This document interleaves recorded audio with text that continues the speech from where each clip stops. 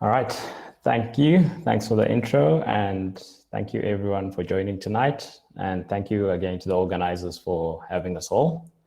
My name is Tanaka Mutakwa, and I work as the VP of Engineering at a startup called Names and Faces. If you want to get in touch or chat, I'm on Twitter as General Mutakwa. And just a couple of things that I'm also involved in or I do. I've got a Substack newsletter called The New Developer. So on substack.com, if you search for The New Developer, where I write articles for people who are new into the development space and just helping them navigate the challenges you face when you just start a new career in software development. I'm also the organizer and founder of the Tech Leadership Meetup in Cape Town. So if you're interested in technology leadership, you can join us for our next meetup. Just go to meetup.com and search for Tech Leadership Meetup Cape Town. And I also occasionally write on my own blog called mutakwa.com. Cool. Just a quick one, Names and Faces. We build simple visual employee directories for companies, which help people at their companies know who's who at the organization and where they fit in. If you're interested in knowing more about Names and Faces, you can just go to namesandfaces.com and you can find out more about what our company does. So tonight, I'm going to be talking about keeping our humanity in a remote world. And just a little bit on where that comes from and what it's about. So remote work has definitely been accelerated by the pandemic. I think a lot of people before that always saw remote work as the future of work, but we're not quite sure when the world would move towards that. But the pandemic has kind of pushed us very quickly into that and forced companies to figure it out and work it out and get remote setups working for everyone. And most companies have somewhat got there. Some are still adjusting and trying to figure it out. Some are starting to think what happens post the pandemic. What we definitely know is there's many benefits to remote work and working for a remote company.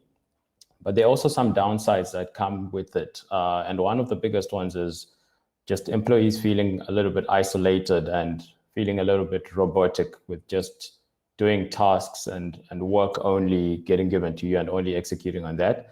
And the loss of connection with people that you work with, or perhaps not even knowing them properly at all. And these things used to happen in the office.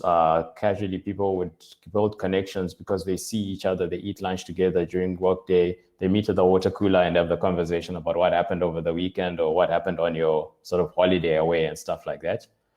So in this talk, the idea is to bring back the importance of still being connected, despite even if we're in a remote world or if you're running a fully remote company. How do you ensure that people who work at your company are still connected and are still engaged and still feel like they are related to the people they work with?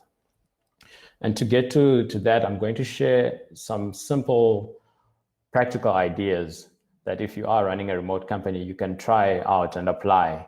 And they're small ideas that you could try out starting with tomorrow. And you can try these ideas out and they can help you feel more connected with the people you work with. As a disclaimer, these ideas are not ideas I would suggest you go and force upon your company. I think one of the easier ways to get people to take up something new is to give it as an option, as a suggested option with like why you think this would work, but not necessarily to enforce it as a rule. So some of the things you may look at and think, oh, that would never work at our company, or I'm not interested in that. That's also fine. I think the idea is just to share some things that can build up connections. So let's dive right into some of them. So the first suggestion is encouraging people to have their video on when you have calls for your teams or meetings, one-on-ones and everything of that sort. As humans, we generally identify and connect with another human more by seeing them and seeing their expressions when we're talking to them. And it feels more in person and you feel like you know the person a bit more. And often when a video is off, you can just hear the sound. So you're not quite sure, like, is my message getting across? How's this person feeling around what I'm saying and everything like that? And I know a lot of companies, by default, videos are off because obviously maybe people don't want like the background that they're still in PJs maybe, which also can be fine depending on your culture. But it's, I think, where I've experienced this even at Names and Faces where we work, where it's not an enforced rule to have your video on, but by default, that's how we we work. And I actually when I get into a call with like other companies or other people in the videos I actually feel the difference that, oh, I'm not as connected to this meeting as I am with our usual company meetings. So that's just something interesting to try out and approach.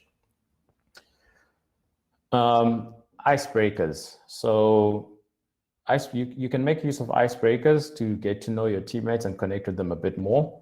So these can be particularly useful with meetings that are going to be long or that are going to have quite intense discussions and ideas that need to be shared in there.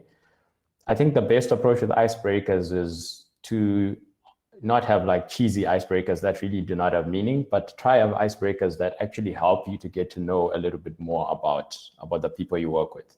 So as an example, at Names and Faces, when we have our weekly town hall every Wednesday, where every member of staff is there, we actually dedicate a certain amount of time at the beginning of that town hall to icebreakers. And in the past, we always used to do highlight of the week, which kind of gave you insight into people's lives and what they did that really made them excited.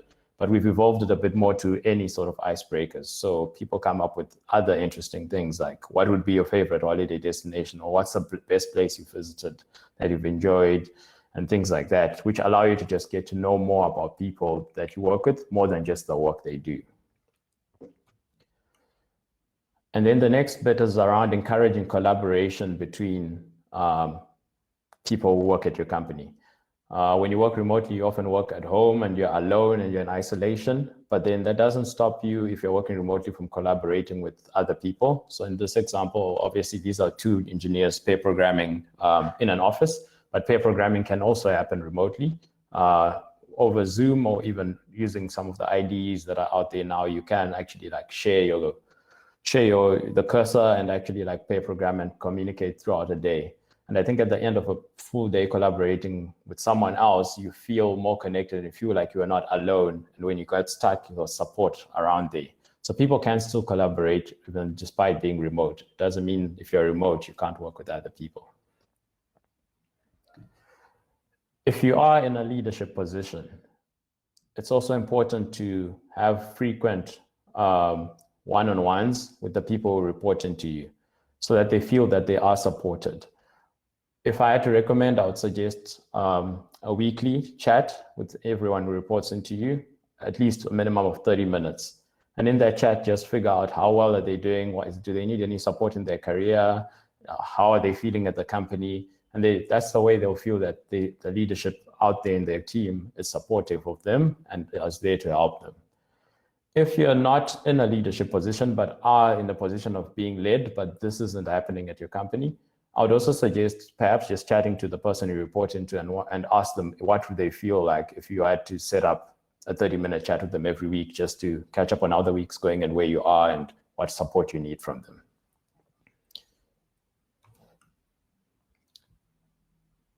Often when people are working remotely, some companies fear that people will be doing nothing. They spend the day lying on the couch watching Netflix and not doing any work. So companies that have that approach end up policing a lot of the work that people do. So a lot of micromanagement, a lot of processes and monitoring tools that are installed on people's machines to try and monitor what time did the person start work, what time did they clock off, set rules of how often you have to be online and things like that. But I would actually say if you want to remain connected with your people and treat them as humans, you shouldn't have these sort of things. Allow for flexibility. One of the advantages of remote work is to enable that flexibility. If someone needs to go drop off their child for a sport event at 10 a.m., that should be fine. If it's well communicated earlier on and it's not clashing with any very important meeting or anything like that, then it shouldn't be policed to say you're always on your laptop that whole time. What we should be more focused on measuring is delivery, the quality of delivery, and making sure that delivery is on time. But when someone then does the work and how they do it, we should make sure we're not over-policing, and we should also make sure we're treating people like humans. And then I would also suggest meeting frequently in person, or as frequent as you can, despite working remotely.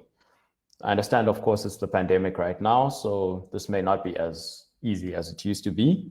and some people may not be comfortable. And if we go back to my earlier point at the start of the talk, was not to force it. However, I think once we've gone past the pandemic, I would encourage companies to bring their people together as frequently as they can for social activities and also for work.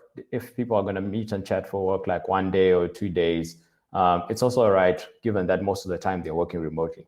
Those times that they share together and spend together allow them again to build those connections in person. So some companies may do it once every quarter. Bigger companies with global offices may end up doing it once a year or twice a year. And then maybe their smaller teams will meet up more frequently.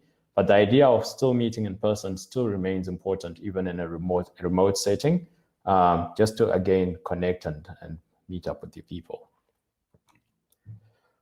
And of course, you may not be able to do social stuff like in person every single week, but you can also do social stuff virtually. So again, you can connect with people in non-related work things, but the people you work with, and doing things such as virtual gin o'clock, virtual coffee. Some people have started doing virtual dinners where people like order in food and then they discuss like what they're eating and like have a little chat. And again, it's not forced. It's just a way to like get outside of work, but then you are with your workmates and you're just getting to know each other a bit more. Most companies will also have a platform which they use for chatting, for like communication within the company. We use Slack. A lot of companies are using Slack. Some companies use Teams, and there's a whole lot of other platforms there. Often the discussions in there are also just centered around work. And if we want to get away again from just being robotic and only talking about work, I'll suggest setting up in Slack, they're called channels, but in other platforms, it may be spaces or anything else that are not only related to work, but about other things. So for example, at Names and Faces, we have a channel called Club Pets, we have a channel called Club Cooking, and we have a book club channel. And people who've got those interests often interact in those channels, posting pictures and just, sharing their experiences and everything. Again, helping each other to get to know each other and to experience things that you would normally be discussing or chatting about in the office that would have happened at home. And like one of the most important ones, which is actually the last idea I would share, is I think when it comes to remote work, the people we need to be focused on the most are new joiners at companies. In an office setting, you get to actually go to the office on the first day, meet people, sit next to people, have people you can interact with. When you're stuck, you can like just ask the next person sitting next to you. But in a remote space, you are just at home. You're often lonely. So it's important, I think, to make sure the onboarding process for new starters is very, very helpful.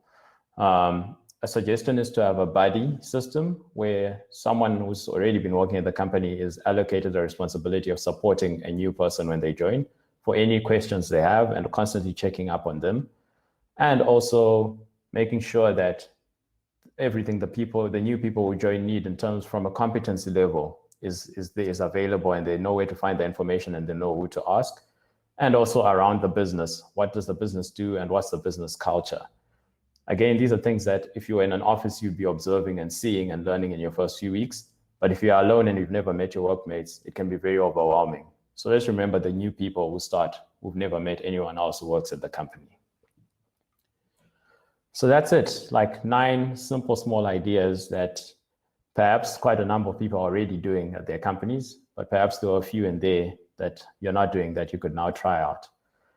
Remote work obviously has all these advantages that it's brought to us, but let us remember to keep the humanity in it, that we are all still people and we still want to be connected with the people we work with. And if you do that well, then everyone in your teams is driven with the same mission to get the company to be successful. Just to close off again, my name is Tanaka and I'm working as VP of Engineering at Names and Faces. We are actually hiring at Names and Faces, always a plug at the end of a talk. We're hiring for full stack engineers. So again, if you're interested, if you're in the job hunt or what we do just interests you, you can go to namesandfaces.com, scroll to the bottom, careers, and you'll see our job ads and our job specs. And if you want to chat and connect, you can find me on Twitter at General Mutakwa. And if you've got any interest in the things I mentioned earlier, Substack, the new developer, and our tech leadership meetup. Thank you. Great talk, Tanaka. Thank you so much. It was very insightful. Cool. Thank you. There is just one question. So this one is from Sylvia. So she says, I totally agree with the usefulness of video, but in my last company, video was usually off because some people on the call were on very limited bandwidth. Have you encountered that? Yeah, that's actually true. Depending on where someone is, that can be a factor, and actually ends up being the suggestion for because what usually happens is when the bandwidth is low, then the sound starts going a bit off. So it ends up being the suggestion for like maybe switch off your video and let's see how that goes.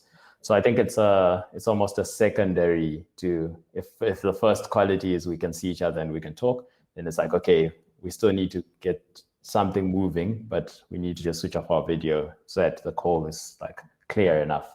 So yeah, no, definitely that makes sense. Cool, man. Thanks again for the great talk. Cool. Thank you. Thanks for having me. Awesome.